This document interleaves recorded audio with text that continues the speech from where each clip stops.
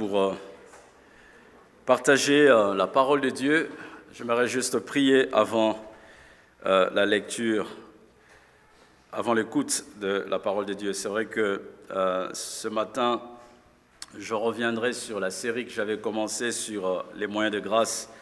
Donc, ce n'est pas une prédication type comme nous le faisons habituellement de manière expositive, mais c'est plus un enseignement pour poser un peu des bases par rapport à notre salut, nous rappeler la grâce souveraine de Dieu qui opère dans les cœurs du pécheur pour les conduire vers le Christ de Dieu. Prions. Père éternel, nous te louons pour ta présence parmi nous. Nous croyons que tu es le Dieu vivant. Nous croyons que tu es le Dieu puissant. Nous voulons te louer, notre Dieu, pour ton amour infini. Nous voulons te louer pour ta grâce souveraine que tu as manifestée avec puissance dans la personne et l'œuvre de Christ, notre Seigneur et notre Sauveur. Père, nous voulons te demander de nous secourir pendant ces instants par la puissance de ton Esprit, afin que nous puissions parler de ta part avec un cœur rempli de grâce, de clarté, d'humilité, que nous puissions aussi recevoir ta parole, Seigneur, avec des cœurs bien disposés, avec douceur, avec grâce, et que ta parole, que ton esprit utilise ta parole pour nous affermir, pour nous instruire, pour nous illuminer, afin que nous puissions saisir ta grâce et être saisis par elle. Nous te louons, notre Dieu, pour ta présence, au nom de Jésus-Christ. Amen. Vous vous souviendrez qu'il y a quelques semaines, j'avais commencé à parler sur les moyens de grâce, et cette fois-là, on avait mis en évidence la doctrine de la dépravation totale. La doctrine de la dépravation totale ou absolue de l'homme devant Dieu à cause de la chute qu'il y a eu depuis la Genèse. Et nous avons vu également les effets de cette dépravation totale, cette dépravation absolue de l'homme, à savoir l'aveuglement spirituel. À cause de la dépravation, l'homme est aveuglé par rapport aux réalités spirituelles, par rapport à Dieu. L'homme ne peut pas voir la vérité par ses propres efforts. Après l'aveuglement spirituel comme effet de la dépravation, nous avons vu aussi la cécité spirituelle. À cause de la dépravation absolue de l'homme, l'être humain est devenu sourd à la voix de Dieu, sourd quant à l'idée d'entendre la vérité de Dieu. L'homme n'a aucune capacité pour pouvoir entendre Dieu lui parler. L'homme ne peut pas saisir, ne peut pas entendre la voix de Dieu par ses propres efforts. Troisième effet de la dépravation absolue, on a parlé de l'ignorance quant aux choses spirituelles. L'être humain est ignorant de choses de l'esprit. Il est ignorant de choses de Dieu. Il ne peut pas de lui-même manifester un certain intérêt vis-à-vis de la vérité, vis-à-vis de la parole de Dieu. Il faut le secours de la grâce. On a vu aussi comme quatrième effet la mort spirituelle de l'homme par rapport à Dieu. Depuis Adam, toute la descendance d'Adam, nous aujourd'hui, l'être humain, en fait, il naît coupé de Dieu, il naît séparé de Dieu. L'être humain naît mort quant à la vie de Dieu. L'apôtre Paul le rappelle assez bien dans Éphésiens chapitre 2 en disant que nous étions morts dans nos péchés et Dieu, dans sa bonté, nous a rendus à la vie. Donc on est pécheur, on est mort spirituellement, on ne peut pas vivre, on n'a pas la vie de Dieu en nous. ça exprime le fait que nous sommes dépravés, corrompus profondément. Il faut que Dieu œuvre par sa grâce pour pouvoir nous communiquer la vie de Dieu que nous recevons lors de la régénération. J'espère avoir le temps prochainement de parler de ça aussi. Alors ce matin, nous allons parler de l'élection inconditionnelle ou la grâce imméritée du choix de Dieu. Si l'homme est dépravé de manière absolue, de manière totale, l'homme est mort dans son péché. L'homme ne peut connaître Dieu, l'homme ne peut entendre Dieu, l'homme ne peut voir Dieu. Il est coupé de la source de vie. Et Dieu qui est souverain, Dieu qui est le créateur de toutes choses, dans sa souveraineté, Dieu vient choisir les hommes pécheurs pour les ramener à la vie. Nous vivons dans un monde qui prône, n'est-ce pas, la démocratie.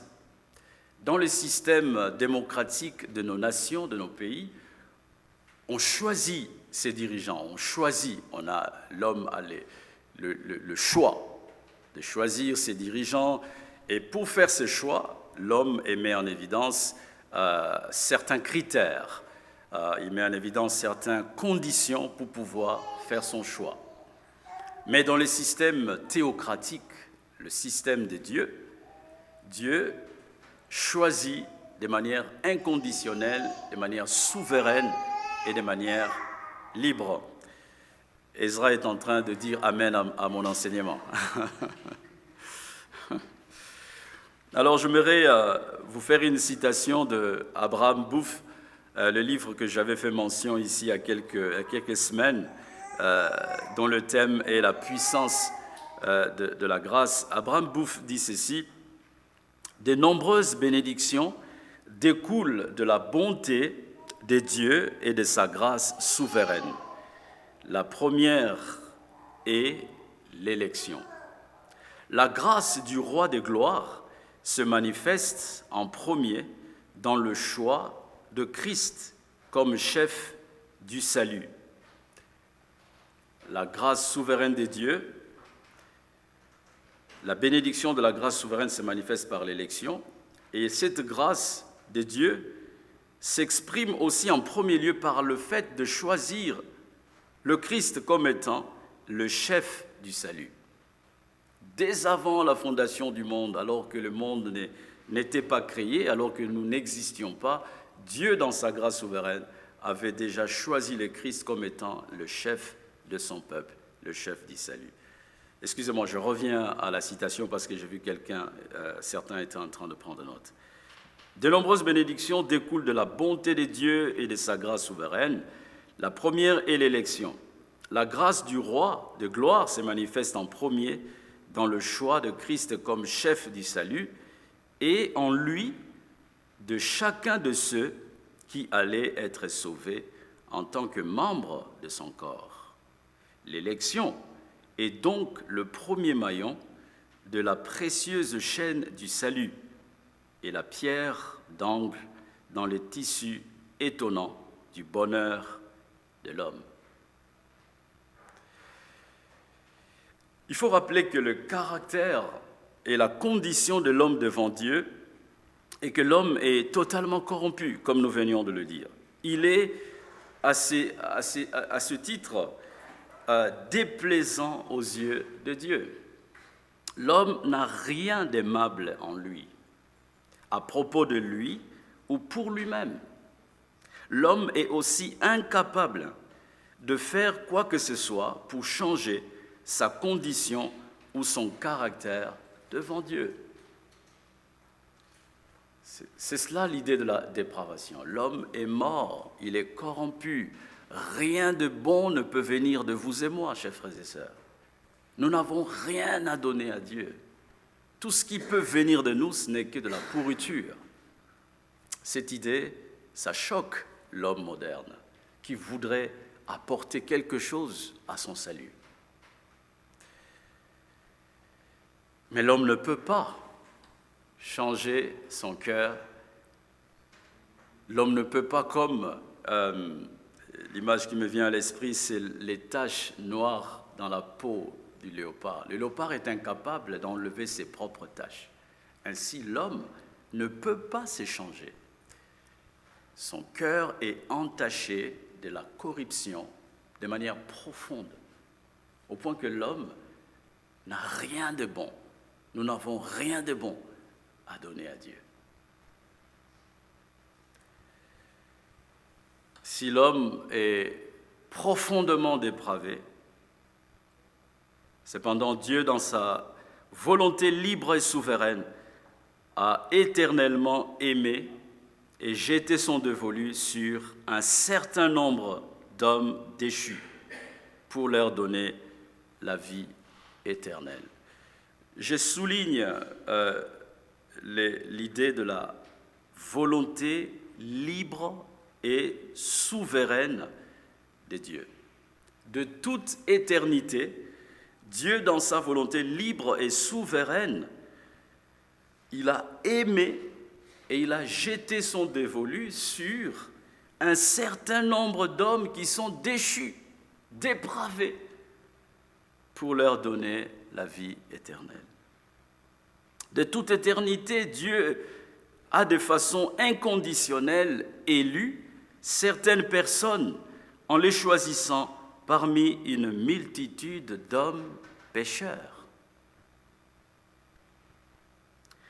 Dieu a fait cela non pas parce qu'il avait vu que ces hommes croiraient un jour en l'Évangile, loin de là, mais seulement en raison de son amour et de son plan qui consiste à se glorifier dans le salut de ceux qu'il a librement et inconditionnellement choisis.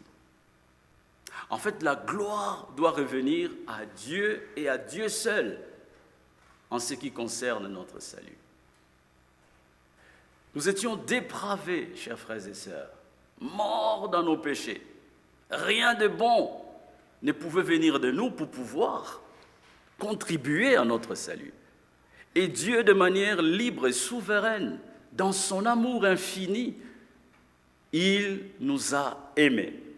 Nous qui étions dépravés, pécheurs, il ne l'a pas fait parce que nous étions capables de pouvoir accepter son évangile, la bonne nouvelle, mais il l'a fait à cause de sa grâce souveraine et pour la seule gloire de son nom. J'aimerais maintenant vous proposer quelques lectures qui mettent en évidence cette idée de l'élection libre et souveraine de Dieu. La première lecture, je propose dans Deutéronome chapitre 7. Nous allons lire le verset 6 à 8. Deutéronome chapitre 7.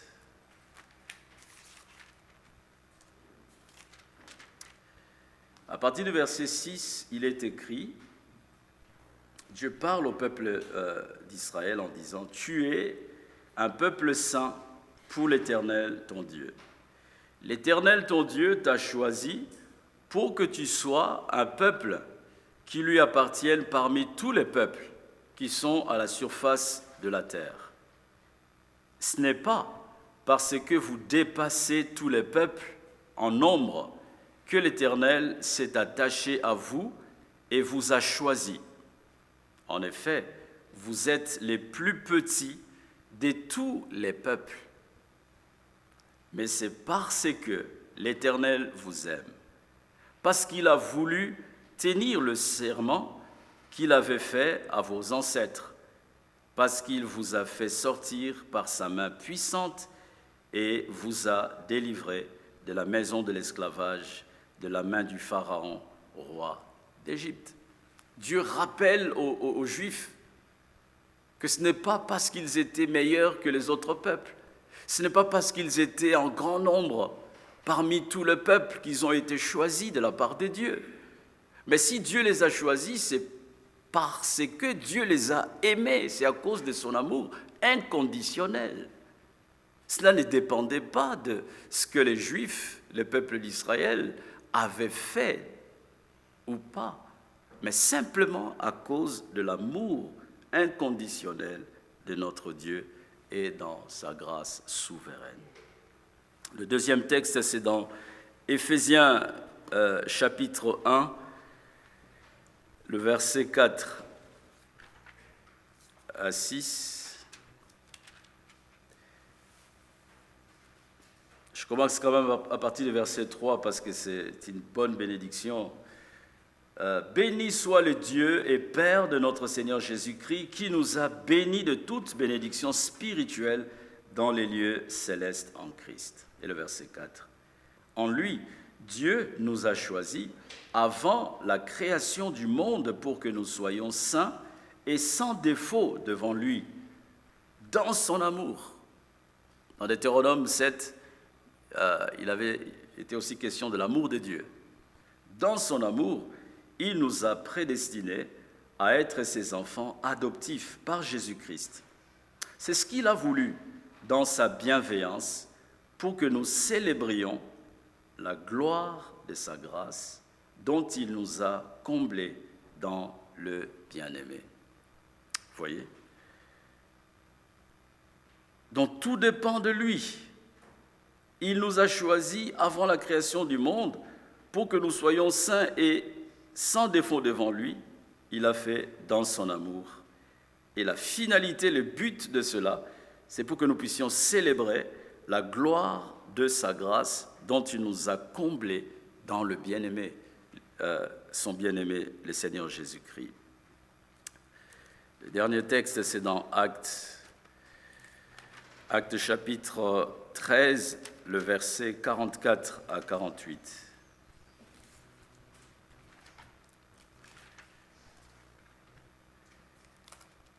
Actes chapitre 13, le verset 44 à 48, il est écrit,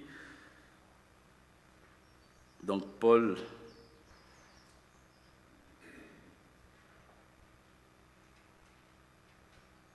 face aux Juifs, lorsqu'ils sortirent de la synagogue des Juifs, les non-Juifs les invitèrent à parler du même sujet le sabbat suivant.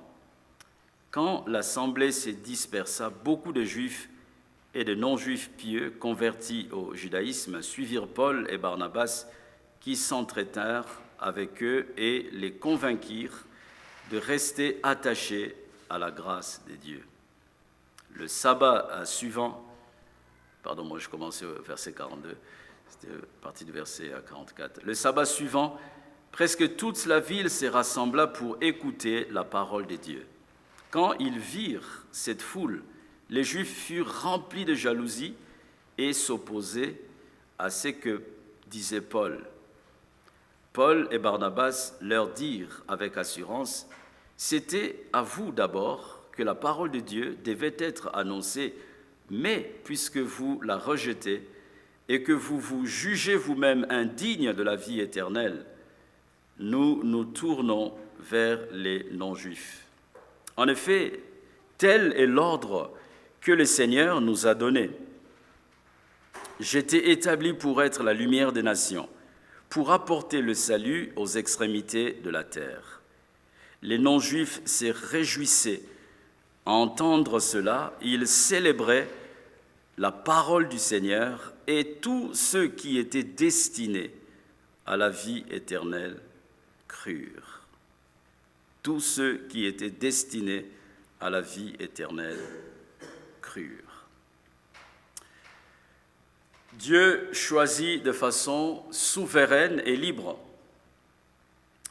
Mais certaines personnes pensent que l'élection de Dieu est conditionnelle et que Dieu a prévu que certaines personnes croiraient en l'Évangile. Ainsi, sur cette base, du fait que certaines personnes allaient croire en l'Évangile, c'est sur cette base que Dieu a choisi ses héritiers, des personnes à qui il allait donner la vie éternelle. Et d'autres pensent aussi que Dieu serait injuste du fait d'avoir choisi certaines personnes pour les saluts. Et voici ce que l'apôtre Paul nous répond par rapport à une telle pensée de croire que Dieu serait injuste du fait d'avoir choisi seulement certains parmi les pécheurs et pas d'autres pécheurs. L'apôtre Paul nous répond dans Romains chapitre 9, au verset 10 à 16.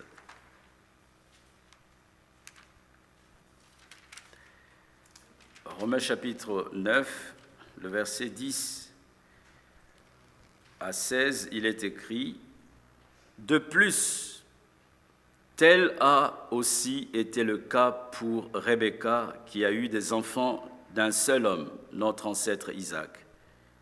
Les enfants n'étaient pas encore nés et n'avaient donc fait ni bien ni mal, afin que le plan de Dieu subsiste conformément à son choix et sans dépendre des œuvres, mais de celui qui appelle. Quand il a été dit à Rebecca, l'aîné sera asservi au plus jeune. De même, il est écrit, j'ai aimé Jacob et j'ai détesté Ésaü. Mais que dirons-nous donc? Dieu serait-il injuste? Certainement pas.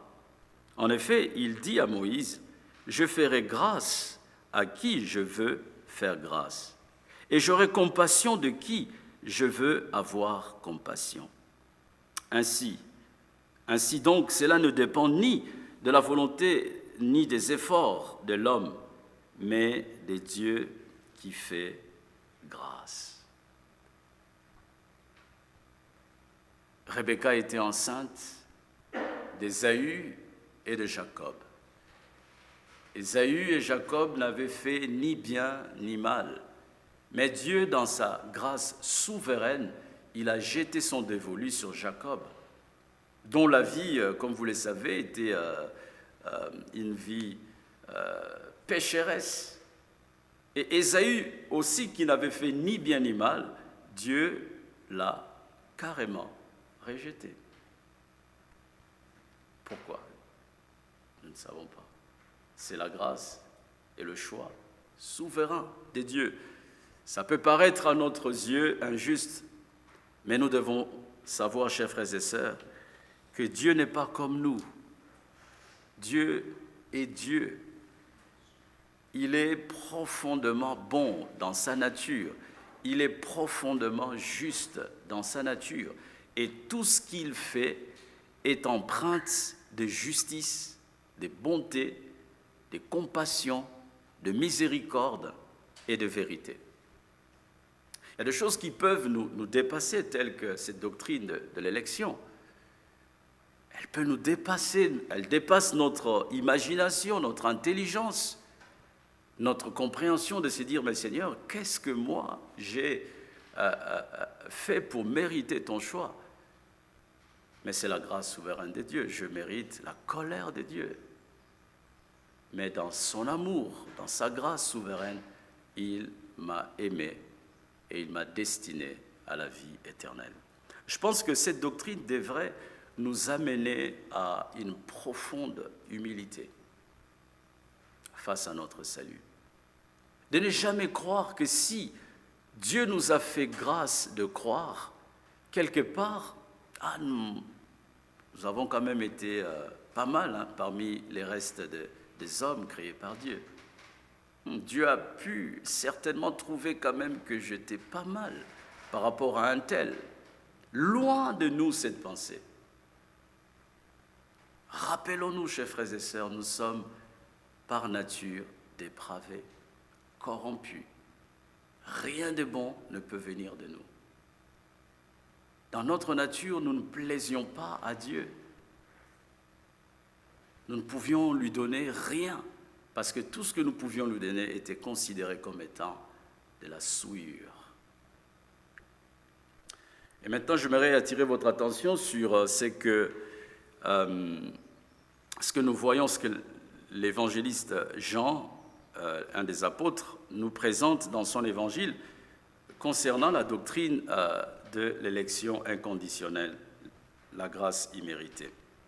Je vais souligner, à partir de l'évangile de Jean, 4 affirmations qui mettent en évidence l'élection inconditionnelle de Dieu. La première affirmation, c'est de dire que Dieu a choisi certains hommes déchus pour qu'ils lui appartiennent. C'est la première affirmation. Dieu a choisi certains hommes déchus pour qu'ils lui appartiennent. Nous pouvons voir cela dans Jean chapitre 17. Par la prière dite sacerdotale de Jésus, juste avant sa mort sur la croix, le Seigneur Jésus est en train de prier à Dieu le Père, et dans sa prière, il va sortir des vérités si profondes qui appuient ou qui confirment cette doctrine de l'élection inconditionnelle. Dans Jean chapitre 17, le verset 6, Jésus parle au Père en disant « Je t'ai fait connaître aux hommes que tu m'as donnés du milieu du monde. Ils étaient à toi et tu me les as donnés et ils ont gardé ta parole. » Jésus est en train de dire au Père que je t'ai fait connaître à des hommes pécheurs que tu m'as donnés. Ces hommes pécheurs appartenaient au Père. Ils étaient à toi et tu me les as donnés et ils ont gardé ta parole. Toujours dans Jean 17, le verset 9 et 10, Jésus poursuit sa prière en disant « C'est pour eux, c'est-à-dire ces hommes pécheurs qui appartenaient à Dieu, Jésus dit « C'est pour eux que je prie. Je ne prie pas pour le monde, mais pour ceux que tu m'as donnés, parce qu'ils sont à toi. Tout ce qui est à moi est à toi, et ce qui est à toi est à moi. Et ma gloire est manifestée à eux. » Donc Jésus fait connaître la parole de Dieu à des hommes pécheurs que Dieu avait choisis pour qu'ils lui appartiennent. Et Jésus a manifesté sa gloire à ces hommes-là. Ça, c'est la première affirmation que nous trouvons dans l'évangile de Jean. La deuxième affirmation, c'est de dire Dieu, le Père, a donné ce qu'il a choisi à son Fils. Dieu a donné ses élus à son Fils. Des hommes pécheurs qui lui appartiennent de toute éternité, qu'il a choisis selon sa grâce souveraine et libre. Dieu les a confiés, Dieu les a donnés à son Fils. Toujours dans Jean chapitre 17, le verset 1 et 2, Jésus parle au Père en disant « Après ces paroles, Jésus leva les yeux vers le ciel et dit « Père, l'heure est venue, révèle la gloire de ton Fils, afin que ton Fils révèle ta gloire. Tu lui as donné pouvoir sur tout être humain, afin qu'il accorde la vie éternelle à tous ceux que tu lui as donnés. » Jésus a le pouvoir sur tout être humain, sur tous les hommes créés à l'image de Dieu. Jésus a tout pouvoir sur ces hommes. Mais Jésus accorde la vie éternelle seulement à des hommes que Dieu lui a donnés, qui appartenaient au Père. Et je reviens encore au verset 6, on retrouve, c'est entremêlé, le verset 6. « Je t'ai fait connaître aux hommes que tu m'as donnés du milieu du monde. Ils étaient à toi et tu me les as donnés et ils ont gardé ta parole. » Et au verset 9 encore, « C'est pour eux que je prie. Je ne prie pas pour le monde, mais pour ceux que tu m'as donnés, parce qu'ils sont à toi. » Le verset 11, « Désormais je ne suis plus dans le monde, mais eux, ils sont dans le monde, tandis que je vais vers toi. Père Saint, garde-les en ton nom, ces noms que tu m'as donnés, afin qu'ils soient un comme nous. »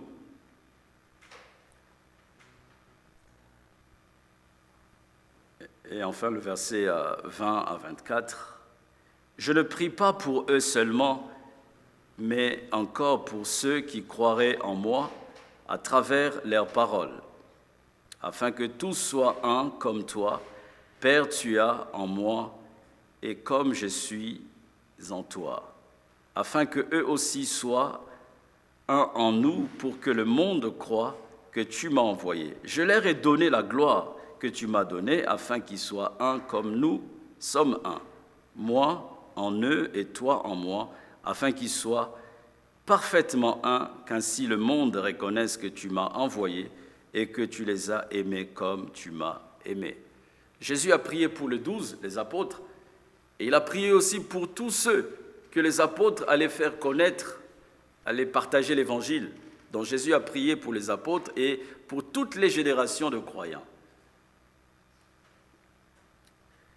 Donc là, on vient de voir la deuxième affirmation. Dieu le Père a donné ce qu'il a choisi à son Fils.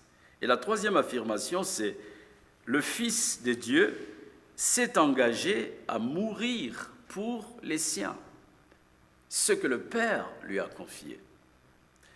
On voit cela dans Jean chapitre 6, le verset 37 à 39. Jean chapitre 6, le verset 37 à 39.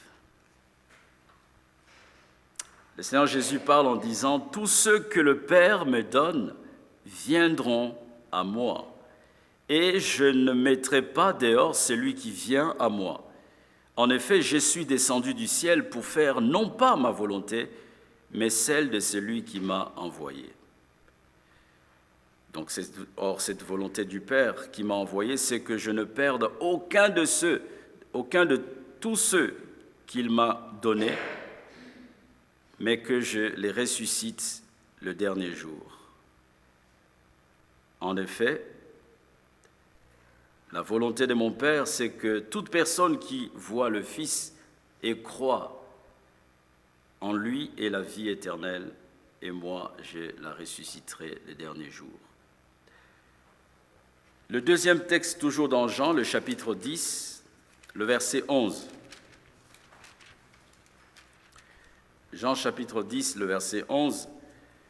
Jésus dit « Je suis le bon berger.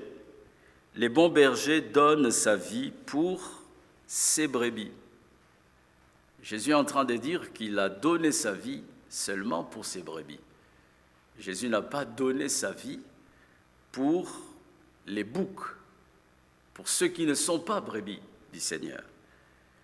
Le bon berger donne sa vie pour ses brebis.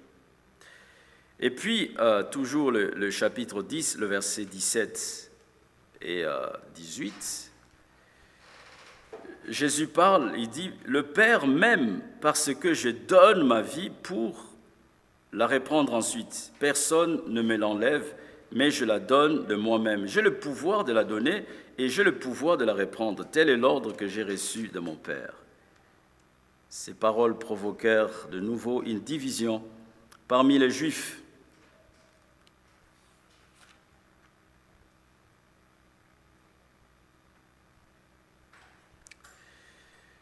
Donc là, on vient de voir, chers frères et sœurs,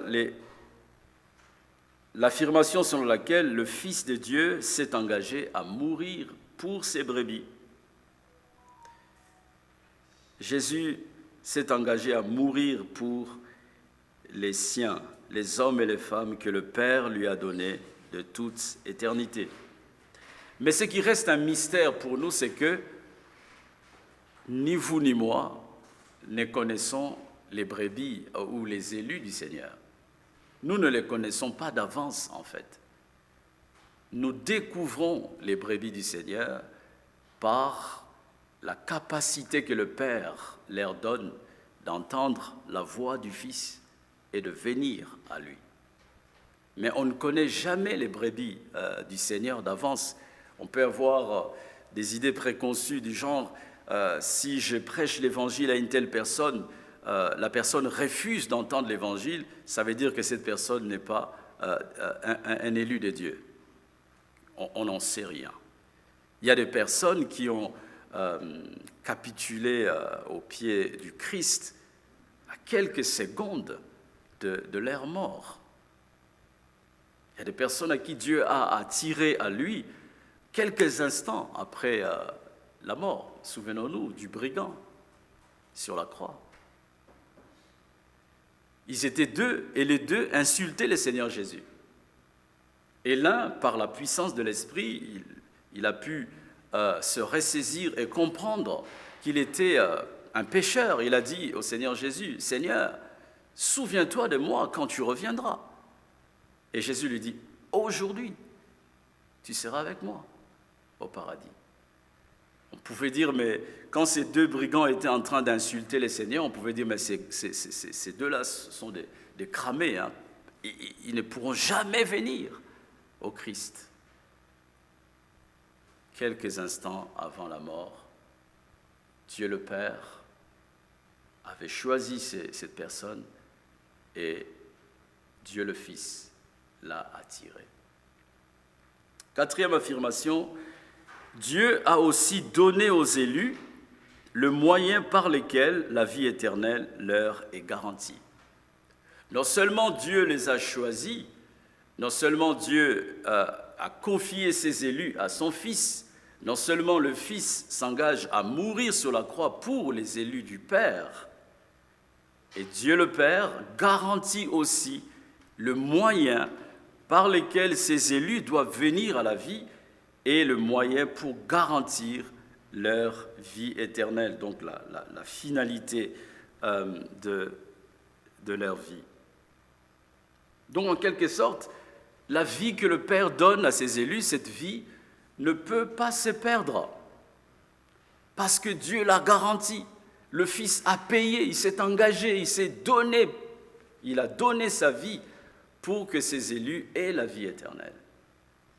C'est la raison pour laquelle les élus de Dieu ne pourront jamais perdre la vie éternelle, parce que le Fils s'est engagé pour donner cette vie. Donc Dieu le Père a déterminé le but et les moyens de la vie éternelle pour ses élus. Le but de Dieu pour ses élus, c'est qu'ils viennent à la vie éternelle, qu'ils soient sauvés. Et cette vie éternelle est un don de Dieu. C'est un don de Dieu. Ce n'est pas quelque chose que l'on mérite. C'est un don de Dieu. Dieu a tant aimé le monde, il a donné son Fils. C'est un don de Dieu. Nous ne devons jamais oublier cela. C'est un don. Ce n'est pas quelque chose que l'on mérite. C'est un don immérité. C'est une grâce imméritée. Cette vie éternelle inclut l'espérance de la résurrection au dernier jour. Le Fils s'est engagé à ressusciter les élus de Dieu au dernier jour. Même s'ils sont appelés à mourir physiquement, mais au dernier jour, lorsque le Fils reviendra, il va ramener à la vie physique les élus de Dieu. Parce qu'en mourant, ils ont déjà la vie éternelle, l'âme ne meurt pas, l'être intérieur ne meurt pas lorsque l'on connaît la vie physique. Donc la vie éternelle inclut l'espérance de la résurrection au dernier jour. Cette vie éternelle inclut aussi le fait d'être avec le Christ. Dans Jean chapitre 14, le verset 2 et 3, le Seigneur Jésus dit à ses disciples que votre cœur ne se trouble pas, croyez en Dieu, croyez en moi. Il y a beaucoup de demeures dans la maison de mon Père. Si cela n'était pas le cas, je vous l'aurais dit. Je vais vous préparer une place. Et puisque je vais vous préparer une place, je reviendrai et je vous prendrai avec moi, afin que là où je suis, vous y soyez. Donc la vie éternelle que Dieu nous donne est un don. Elle inclut l'espérance de la résurrection au dernier jour, et elle inclut aussi le fait d'être avec le Christ. Là où il est, là où nous serons. C'est indéniable, c'est une garantie. C'est garanti par le sang que le Fils a versé à la croix du Calvaire. Donc Dieu, dans le but, il détermine aussi les moyens nécessaires pour que ses élus reçoivent l'assurance de la vie éternelle. Premièrement, Dieu donne aux élus la capacité de venir à Christ. On a dit que les élus sont des pécheurs. Ils naissent dépravés, avec un cœur corrompu. Et lorsque le Père juge bon, lorsque le temps de Dieu arrive pour les attirer ses élus, Dieu leur donne la capacité à venir à Christ. Regardons cela dans Jean chapitre 6. Jean chapitre 6, le verset 37. D'abord, « Tous ceux que le Père me donne viendront à moi, et je ne le mettrai pas dehors, celui qui vient à moi. » Tout ce que le Père donne au Fils viendront au Fils. C'est la capacité que le Père donne aux élus d'aller vers le Fils. Toujours au chapitre 6, le verset 44 et 45, Jésus dit « Personne ne peut venir à moi, à moins que le Père qui m'a envoyé ne l'attire. Et moi, je les ressusciterai le dernier jour. Il est écrit dans les prophètes, ils seront tous enseignés de Dieu. Ainsi donc, toute personne qui a entendu le Père et s'est laissé instruire vient à moi. Personne ne peut venir à Christ si le Père ne l'a pas attiré. C'est le Père qui donne la capacité, la force de se tourner vers le Christ. Le jour où nous nous sommes convertis, où Dieu nous a convertis, ce n'est pas nous qui avons eu l'initiative de se dire « Tiens, je vais aller à Christ ». En fait, cette initiative, cette énergie, cette capacité à se dire, à prendre une décision pour aller vers le Christ, nous est venue du Père. C'est parce que le Père nous a élus dès avant la fondation du monde, selon sa grâce souveraine. C'est parce qu'il nous a élus qu'il nous a aussi donné les moyens, la capacité, le vouloir et le faire nous viennent de lui. C'est le Père qui insuffle cela chez les personnes mortes que nous étions. Il nous ramène à la vie et nous donne la capacité de courir vers son Fils. Dieu donne aux élus la capacité de venir à Christ. Dieu donne aux élus la capacité de contempler le Fils et de croire en lui. Jean chapitre 6, le verset 40 que j'avais déjà lu, je relis quand même. En effet, la volonté de mon Père, c'est que toute personne qui voit le Fils et croit en lui ait la vie éternelle. Et moi, je la ressusciterai le dernier jour. En fait, ça reste un mystère pour nous, chers frères et sœurs. Lorsque nous entendons l'Évangile, lorsque l'Évangile est prêché, on présente le Fils de Dieu, le don de Dieu. Là, qu'est-ce qui se passe? De manière souveraine, surnaturelle. N'oublions pas que la nouvelle naissance, le salut est quelque chose de surnaturel. De manière surnaturelle, Dieu nous communique la capacité de contempler son Fils et de placer notre confiance en lui et en lui seul pour le salut de nos âmes. Dieu donne aux élus la capacité d'entendre la voix de son Fils et de le suivre. Dans Jean chapitre 8, le verset 46 et 47, Jean chapitre 8, le verset 46 et 47, le Seigneur Jésus parle aux Juifs en leur disant « Celui qui est de Dieu écoute les paroles de Dieu. Vous n'écoutez pas parce que vous n'êtes pas de Dieu. » Les Juifs lui répondirent « n'avons-nous pas raison de dire que tu es un Samaritain et que tu as un démon ?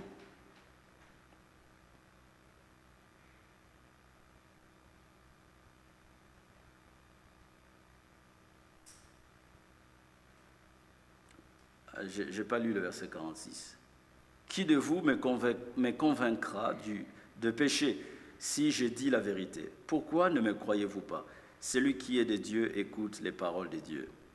Vous n'écoutez pas parce que vous n'êtes pas de Dieu. On voit là clairement le Seigneur Jésus dire aux Juifs que vous n'avez pas reçu la capacité d'entendre la voix du Fils. Vous ne faites pas partie de ceux que le Père a donnés au Fils. Et c'est encore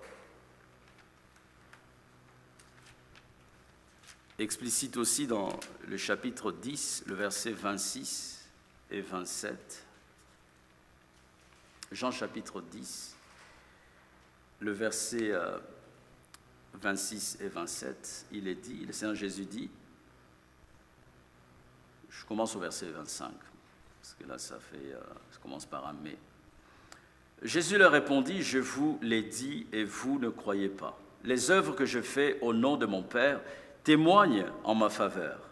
Mais vous ne croyez pas parce que vous ne faites pas partie de mes brebis.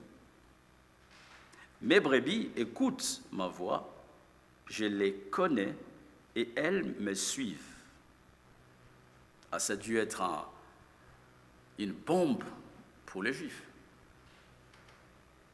Les descendants d'Abraham selon la chair, les hommes qui avaient la Torah. Le Fils de Dieu, il vient, il leur dit, vous ne faites pas partie de mes brebis. Chers frères et sœurs, seuls les brebis du Seigneur reçoivent la capacité d'entendre sa voix afin d'être sauvés. Une illustration dans Actes chapitre 16. Je vois l'heure avancer, je vais m'arrêter là. Actes chapitre 16, il est question de Lydie qui, pendant que Paul prêche l'évangile, dans Actes chapitre 16, le verset 13 et 14, le jour du sabbat, nous nous sommes rendus à l'extérieur de la ville, au bord d'une rivière, où nous pensions trouver un lieu de prière. Nous nous sommes assis et avons parlé aux femmes qui étaient réunies. L'une d'elles s'appelait Lydie. C'était une marchande de pourpre, originaire de la ville de Thyatire, qui craignait Dieu. Elle nous écoutait et le Seigneur a ouvert son cœur pour qu'elle soit attentive à ce que disait Paul. Paul était en train de parler à plusieurs femmes, mais Dieu a ouvert seulement le cœur de Lydie, son être intérieur, les yeux de son cœur, qui permet à une personne choisie par Dieu de pouvoir entendre la voix du Fils de Dieu par les moyens de l'Évangile, la bonne nouvelle. Ça, c'est l'œuvre de Dieu. Ça démontre que cette femme était comptée parmi les brebis du Seigneur. Je voudrais juste conclure en disant ceci, chers frères et sœurs, c'est que le salut, notre salut, est l'œuvre de Dieu. Le salut appartient à Dieu. C'est Dieu qui, de toute éternité, a pris l'initiative de désigner Jésus comme étant le chef de son peuple. La Bible nous dit que Jésus a été immolé dès avant la fondation du monde. C'est le plan souverain de Dieu. Et lorsque le temps fut accompli, Dieu a envoyé son Fils. Il s'est incarné. Il a vécu une vie parfaite. Il est mort à la croix pour sauver les élus du Père. Et il est ressuscité pour leur assurer une vie éternelle avec Dieu. Et actuellement, il est assis à la droite de la majesté divine en train d'intercéder en faveur des élus, afin qu'ils tiennent bon. Lorsque vous passez par des moments difficiles, souvenez-vous que Jésus est en train d'intercéder en votre faveur pour que vous ne tombiez pas bas. Même s'il arrive que vous tombiez à cause de l'intercession du Fils, si vous faites partie de sa bergerie, l'intercession du Fils vous donnera la force, la capacité de vous relever, de revenir à Dieu. Mais quelle grâce extraordinaire de savoir que nous ne méritons rien, chers frères et sœurs. Nous méritons la colère de Dieu. Mais dans sa grâce souveraine et dans son amour, il a plu à notre Dieu de nous aimer alors que nous étions morts et de nous manifester son amour par la mort de son Fils. Il a donné Jésus afin que ses élus puissent recevoir une vie éternelle. Dont le but de l'élection inconditionnelle, c'est de faire connaître la richesse de Dieu envers des vases de miséricorde que nous sommes. Ces vases de miséricorde, Dieu les a préparés d'avance pour leur manifester sa gloire. Je conclus avec les paroles de Paul dans Romains chapitre 9, le verset 23.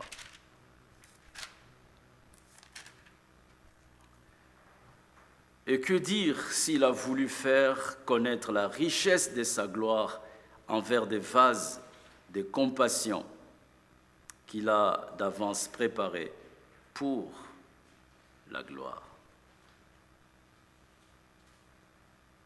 Prions.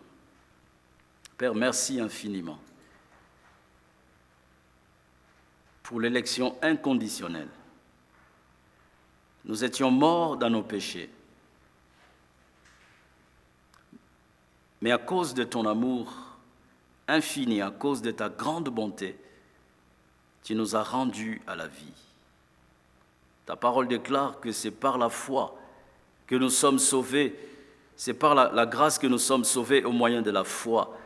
Cela ne vient pas de nous, cette foi ne vient pas de nous, c'est un don de Dieu, afin que personne ne se glorifie. Garde-nous de toute pensée d'orgueil, de vouloir nous glorifier dans notre salut.